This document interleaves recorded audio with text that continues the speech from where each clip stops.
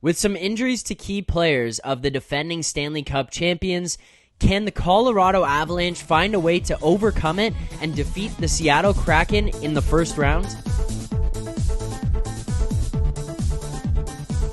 Welcome back to Edgework here on the Hammer Betting Network for our final first round series preview. We got the Colorado Avalanche taking on the Seattle Kraken. We're looking at some initial prices coming out here. Colorado minus 281, a 73.8% implied probability. We got Seattle plus 237. We're seeing some slow releases on some of the spread prices, looking at Colorado minus 1.5, minus 130, Seattle plus 1.5, plus 111. Alex B., I'll go to you first here on this series. This is one I think we're all kind of just waiting on in terms of we had to wait till the very last day to see what Colorado was going to do, to see who they were going to play against in the first round. But outside of that, I was looking at prices to see if we could get any interesting numbers because, I mean, I wonder if you're on the same page here in terms of the series itself is not that exciting, but did the prices excite you at all that you kind of saw here jump out on the first releases? Not really, to be honest. I mean, like I said, we had to wait forever for this one to be solidified. And, obviously the exciting part of this series, just in a clear, a big overview, is that Seattle, obviously the second year of their, existence, making the playoffs. Other than that, they're playing the defending Stanley Cup champions, but they don't really look like the defending Stanley Cup champions the way that they've, limped into the entire season. They've lost over 500 man games this year. And the fact that they were even able to win a division, that's an accomplishment on their own. But can they really string it together and repeat what they did last year? It just doesn't quite seem like that. But at the same time, it doesn't seem like the Seattle team, as great as they were in the middle of the year, we were all thinking, Dave Haxtell might end up being the coach of the year, win the Jack Adams Award. And, we're seeing all these great things happen. And now it's just like, this is just like a Seattle team that kind of just got pushed into the playoffs because everybody else behind them in the Pacific was, playing well, and it just found themselves in this spot. So two teams that kind of seem lost in space playing against one another. Maybe it could be interesting, but it's hard to read until we actually see the teams at the ice. Yeah, Matt, I don't know if there was anything that jumped out for you in prices here initially when you kind of saw this one, the first numbers. Was there anything that you were like, okay, yeah, I could get behind this? Well, there's a lot that jumped out to me, and virtually nothing that I can get behind.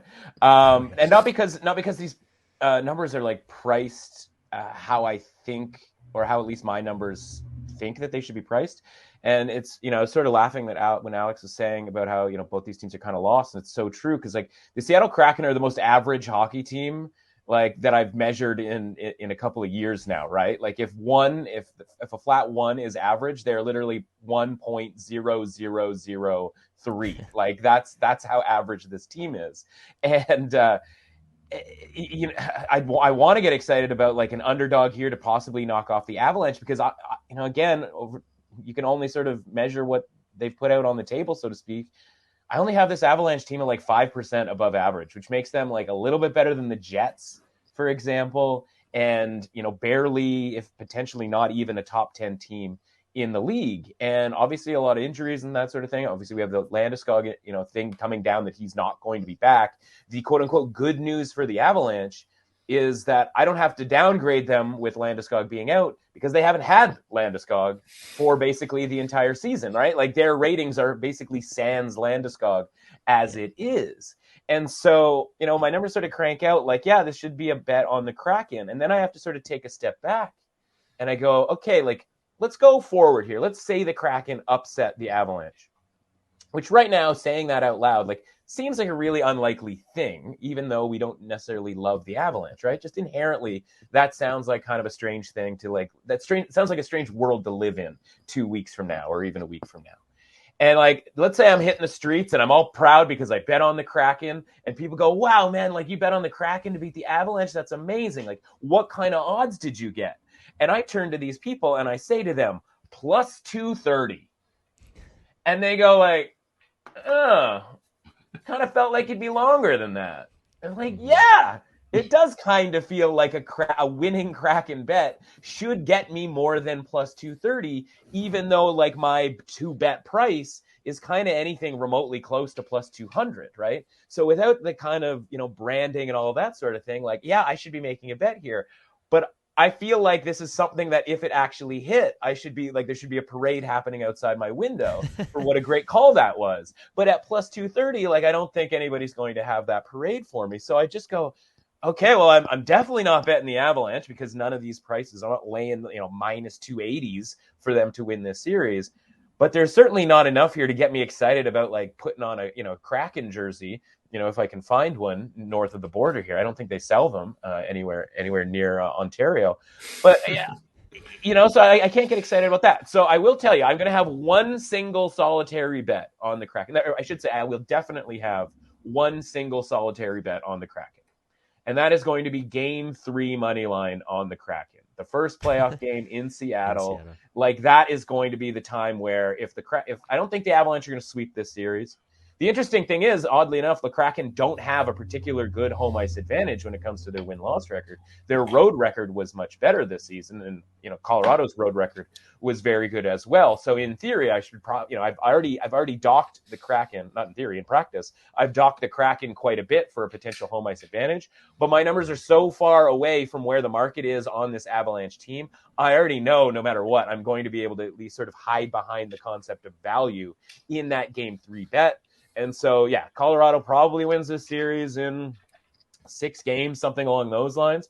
But again, a minus 1.5 for me is not remotely indicative of like a true price where I'd want to bet that. And again, I'm not all that excited to bet on the Kraken from a series perspective. So Game 3 Kraken, circle it, write it down. That's a thing that's going to happen. Plus money on the Kraken for Game 3. And that's honestly as interesting as this series gets for me, to be completely frank with you. Yeah, fair enough. Moretto, I don't know if you were on the same page there. I thought Matt might tell us that he was going to bet like a Dave Hackstall coach of the playoffs or something. All right. Okay. That was a solid bet, and you know it. But Moretto, I mean, you look at this, we do look at some of the things that are probably built into where the price is at, and I still don't even know if it makes sense at some of this. Like, you look at, okay, Landeskog didn't play all year, not going to play in the playoffs. That's wiped out. I think Matt's on like bang on right there with like, okay, that's built into where we're at. It's been a factor all year long. Now you kind of look at some of the injuries that Colorado's dealing with. Makar still out, should be ready to go for the beginning. It kind of feels like this might have been more of a rest situation, make sure he's 100%, but even with him out, Colorado was one of the hottest teams in the NHL coming down the stretch. Like, there's some confusing things here. Burakovsky still out. Like, now you go over to Seattle. They've had goaltending concerns for a good chunk of the year. Now it looks like it might have sorted itself out at the end, but still not incredible. Like, how did this price come to be? Does this make sense to you at all with Seattle and Colorado? My favorite part about this series is that we don't have to bet it. I love that. I don't have to make a bet here if I don't want to, and or watch it for that matter. Yeah, or watch it for that matter. That's probably the way I'm leaning. Like, I think you'd have to be kind of insane to lay this price with Colorado, given all the uncertainty. Is it a situation where they were just holding Makar out and pulling like a, Tampa with Kucherov, so to speak, where like, you're going to bring him back for the playoffs rested, and you're basically, going to start taking things seriously. But then again, you look at it, it's like, hey, well, they needed to like really grind to win the division down the stretch, and they were able to do that. So I don't know what to make exactly of this team. Talk about all the man games lost. Like, it's just such a weird situation. And then on the flip side, you have a Kraken team that, Matt said it, we're just sort of bang average. There's nothing that like truly excites you about them, but you also kind of see a path to success for them potentially if like they're able to limit the top 6 of the Avs somewhat. I think they can win that bottom 6 battle significantly because they have the depth. That's one thing that, you talk about going into playoffs. A team that's has the ability to roll 4 lines like the Kraken do and get scoring from like the bottom 6, is going to be in a good position to potentially win series. They're going to be live at any point. I don't think the Avs can do that anymore like they could last year. The Avs got some timely scoring. You remember that like Cogliano goal and stuff. Like, they had some big goals from some bottom 6 players last year. Obviously, Cogliano's still there. He's a year older. Like, he's not exactly the same player that he was. And the rest of the bottom 6 has really thinned out. Obviously, no Landeskog is a big part of that. So I don't know. I look at it and be like, if the Kraken can, win that death battle, which they will, and just sort of limit the damage that like, McKinnon and Makar if he's healthy, and playoff Lehkonen, who's like good for about 3 goals a game. If they're able to kind of limit what those guys can do, then they do have a path to success in this series, provided they get some like baseline goaltending at least, which again is a question mark, but it's also a question mark as to whether the Avs will get that. So I don't know. I'm definitely not laying these prices with the Avs, given all the uncertainty and just how pesky the Kraken could potentially be in a 7-game series.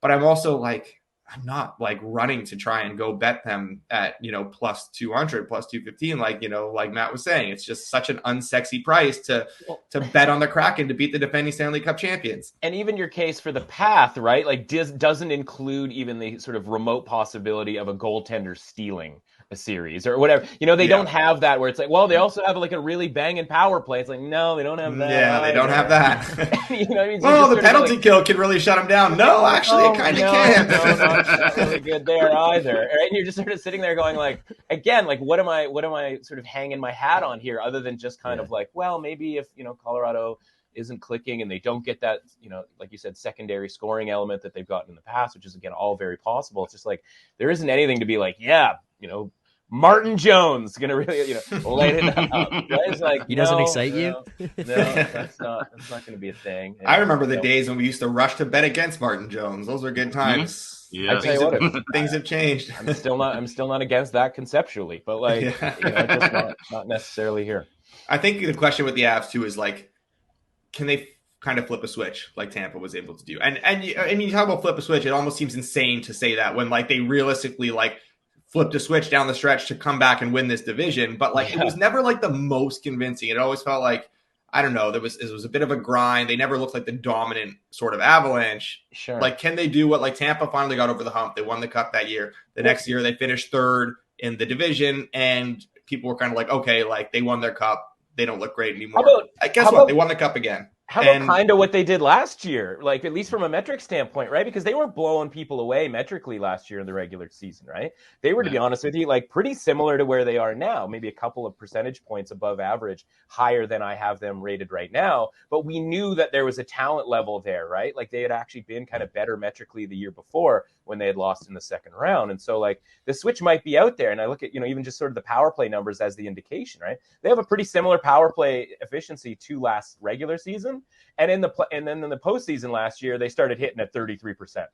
Well, if like Colorado's just going to hit at 33%, like anytime the Kraken, who don't have a very good penalty kill, anytime they take a penalty, they might as well just grab the puck, throw it in the net, put the goal on the board, and like, let's just move on with our lives here. And if that's the case, then we're going to get that version of the Avalanche where you're like, watch out for the Avalanche. Kraken never had a chance. What an idiot Russell was for, betting his plus 220 on it, which again, I'm not doing. But again, you see my point. So yeah, like maybe they do have that. And maybe that's in the form of the power play to start. And then everything kind of builds from there.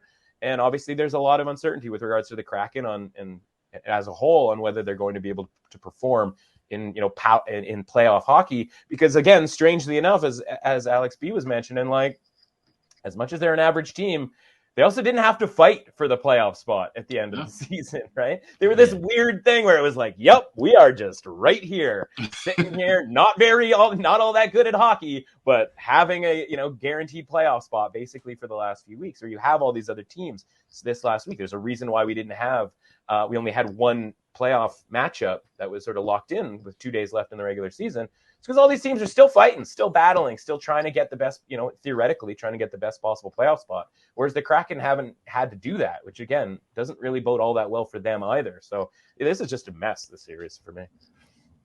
Yeah, and Alex B, I'll go to you here with this. Like, you look at how murky this series is, how strange some of the prices are, and some of the news coming out and some of the stuff like that. Like, we don't really know where to go with this one, but if you kind of had to pinpoint like a direction to look at this series, whether it is like a way to bet it, a way to kind of go about some of the different markets that you could find if you're not interested in the spreads or you're not interested in the straight up prices, like how do you kind of approach this series from a betting perspective?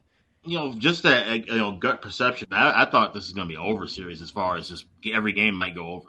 And it's either two sides. It's either we talk about Colorado flipping the switch on and then they just put the screws to Seattle, or Seattle, which does have some offensive talent when they put it all together, can try to drag this out, and we see a couple of just up and down battles, which eventually Colorado would still probably win out in a series like that. But I think that honestly, as from a fan perspective, it's probably the best way we could consume this. If we see a lot of high scoring hockey, that'll be great. But it's just so, the variance here in this series compared to the other 7 is just so wild that it's hard to pin down anything really. So probably be on over in game 1 and then just kind of adjust game to game. I really like that. And the other thing, when you mentioned the variance, right? Like, doesn't this number, as I was sort of referencing with regards to like how I feel like I should have, I've pulled off, again, future me, if I had bet this series and I had won, feels like I had really pulled off something, right? Then maybe I should, be like a lunatic and get a t-shirt to commemorate it and just like walk around downtown to, celebrate my victory. I don't know what kind of sociopath would do that, but like hypothetically, that's, something that I might do. But this number kind of feels like it's halfway in between the number that we should get, say the t-shirt number, right? Like in years past, like before people figured out what analytics were, like doesn't this feel like something that would be like plus 400, plus 500 for, for a Kraken bet here? Because people be like defending Stanley Cup champion, like blah, blah, blah, blah. When in fact, the numbers actually say, at least mine anyway, sort of say like, actually probably could be like a plus 180 and like you're getting some value here on the plus. Like it's kind of in between. It's like, yeah, we're not committing to like the new age of like any team can, win a playoff series. Certainly even an average team and against a, defending Stanley Cup champion. But like the days of getting these like plus 400, like NBA style series prices are kind of long gone. So I'm not going to be able to, frivolously buy a t-shirt with that extra, plus 100 worth of money and wander through the streets celebrating my victory like a total lunatic, Mike. I wish I was wearing the t-shirt right now so people could fully grasp what was. You have a t-shirt on. So. I have a t-shirt on. It's Oh my God, Moretto, is there any way that you would play this series, or you could look to potentially play this series? So, I think that Seattle will make this trickier on Colorado than maybe we're thinking, or maybe the market is thinking. Maybe it goes like a 6 or 7 games, but even if it doesn't and we get 5, I still think this has a chance to hit. You can get like over 36.5 goals in the series, around minus 110. I think that's a good look here. I think that even if this goes 5 games, we could have those, like 7-4 type of a 7-4 type of game in there that helps get this over the total. So like, I don't even think you necessarily need 6 or 7 games to hit the over here. And I still think we can get that 6 or 7 games. Like Seattle can make this tricky. I mean, they have the depth scoring again, like I talked about. I'm going to keep harping on that because I do think that's very important, come April, come May in the playoffs. And neither goaltender kind of scares you. I think there's a path, Alex B talked about it. There's a path to a lot of goals in this series. Every game is going to be pretty high scoring potentially. There are going to be some high totals.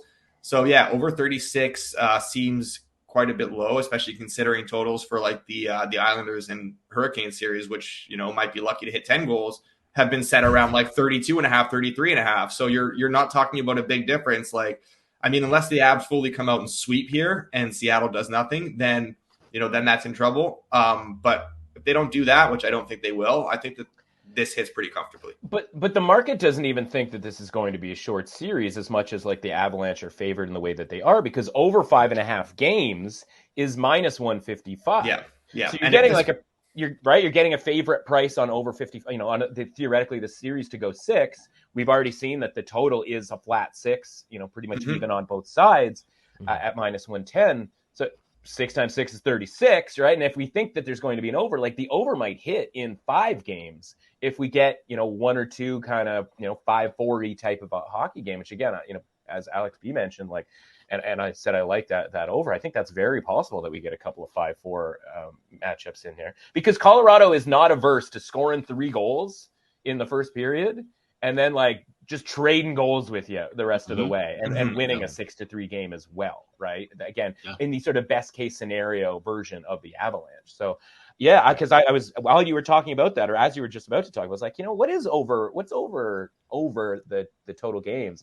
And so 5.5 being minus 155. And as you were saying, I was like doing the math in my head. I was like, I think I'd rather over 36 at essentially, I assume it was minus 110 on both sides. Yeah, it was minus 111 on the over, minus 118 on the, but I mean, if you shop around, you'll No, yeah, I mean, less holds at some books, right? I'd much rather have that on the idea conceptually that we might cash it early than minus 155 on an over 5.5 total games. Yeah. All right, final thing here. We'll wrap this one up. Moretto, I'll start with you. Series prediction. Who wins how many games? I will go Avs in 7, and Arturi Lehkonen has 2 in game 7 because he will. Okay. Alex B? Actually, Lars Eller too. They got Lars Eller too. Yes. Another playoff hero, another Habs legend. So Lars Eller gets 1, Lehkonen gets 2. Avs win 3-1 in game 7 to push the series total to 46 goals. Yeah, and for anybody else wondering, if you want to know what happened in the Isles preview, somehow Romanov ended up scoring the game winner in that series for the Islanders as well. So, I see a theme kind of coming along here through these previews. Go Habs, go, baby. Alex B, series predictions, who wins and how many games? Colorado in 6. I think it's going to be mayhem. I definitely like Matt's look of looking at the Kraken in game 3. Also, if you like the Kraken and you do decide to take that series price, maybe sprinkle something on 2 games to go to overtime. I haven't seen the price for that yet, but I'm sure it'll be up later on today. I think for Seattle to make this a series, they're going to need more than 60 minutes in a couple of games. All right. And Matt, close it out with you. This is a fantastic example in the betting space or in the markets these days where if you just look hard enough, eventually you'll find a bet worth making, right? Because we're sitting here I don't love this. I don't love the win series. I don't love the spread. I don't like this. And we're getting total goals going on. Obviously, Alex has got his over 1.5 goals for Lehkonen. I've got over a half of a T-shirt that Alex gets made when Lehkonen scores those two goals. You can go ahead and throw that together in a good in a to parlay. any number. Good to any number. Yeah, absolutely. What's my favorite bet in this series? Yeah, I mean, I guess the game 3 one, but is technically my favorite bet. Maybe the over 36 goals is my new favorite bet. I think that's pretty much it. Honestly, this is a pretty dreadful. You know what my favorite bet that has even something remotely to do with this series is? The more I look at this series, the more I like the Dallas Stars conceptually. Obviously, because if we hate both of these teams and, feel free to tune in if you haven't already to the Wild Stars preview. If we conceptually like the Stars, I might be getting deep into the weeds in some Conn Smythe, Miro Heiskanen 100-1 type shots. One of the most underrated players in the NHL, in my opinion, as well. Yeah, and it's a full blown sweepstakes in that other division. Coming out of that other division with the incredibly lucky Vegas Golden Knights, the who knows what's going to happen Winnipeg Jets, and honestly my 2 favorite teams in the Western Conference playing each other in the first round, the Kings and the Oilers. So I'm steering clear of any sort of long-term concept in that division outside of Connor McDavid, Conn Smythe, because it's obligatory at this point to make that bet. If I'm going to look at any sort of long-term team that I think has the best chance to at least be in the Western Conference Finals and maybe be there after 10 games, 11 games, not having to grind out a 13, 14 game 2-round, I know getting pretty loose here when it comes to the Stars here, but listen, this is what it's come to when the Kraken and Avalanche are playing in a series that I really don't care about. That's where I'm looking for sort of a long-term thing because I don't like the Kraken or the Avalanche all that much. I think the Stars, any kind of Stars bet is getting better and better the more I think about it. All right. So, Matt, who wins this series and then how many games? Couldn't possibly care less, Zach. You know what? Let's say the Kraken. Let's say they do it in 6 games, and then I'll be out there on the streets telling people how I predicted the Kraken to win, and they won't even ask me what the odds were because they won't care. Part of me really wants to see the Avs win in 5 and kind of run away with this, and then we get a really nice price on the Stars in round 2. Because do we are we gonna care if the Avs beat the Kraken in 5? Are we suddenly being okay? All right, these Avs are unwritten. No, because the Kraken aren't very good anyway. So that's not going to change my opinion of anything. So I kind of hope that happens. Maybe the markets can sort of reflect that, and then we get a really nice price on the Stars in round 2. All right, then I will also take the Avs in 5. Poke is not an easy 5 though, because if it's a poke the bear moment, let's say Seattle wins game 1 and then Colorado goes on and wins the next 4, then that might stir up something. So that would be kind of a cautious way. And a high scoring 5. Yes. All right, there you go.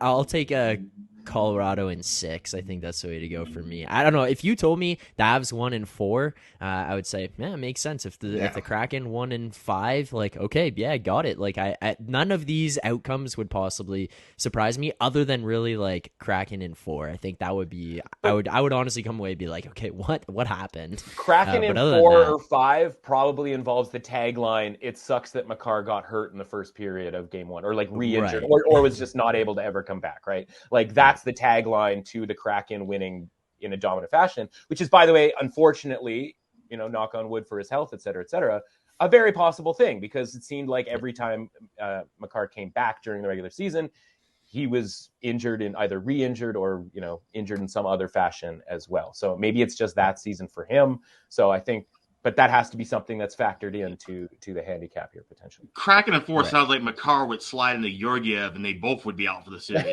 Yeah. Or maybe there was a couple of OT games in there, right? A couple of, over two OT games. So I mean, you never know, right? It's the NHL. Yeah. All right. Well, thank you to everyone who tuned in here today. Matt, Alex, Moretto, thank you guys for taking the time to do this, for the insights, the analysis. Appreciate it. As always, if you enjoyed the content here today, please make sure to like this video, subscribe to the Edgework HQ YouTube channel as well. If you disagree with any takes, if you agree, if you have your own best bets, please make sure to drop them below in the comments. And at the end of the series, if any of the bets we gave out here won and you tailed them, we'd be happy to hear about those as well. So drop them in the comments below. But thank you to everyone who tuned in. Thank you, guys, for giving us your time here on the show and for these series previews. Greatly appreciate it. To everyone out there, enjoy the playoffs. Good luck on your bets.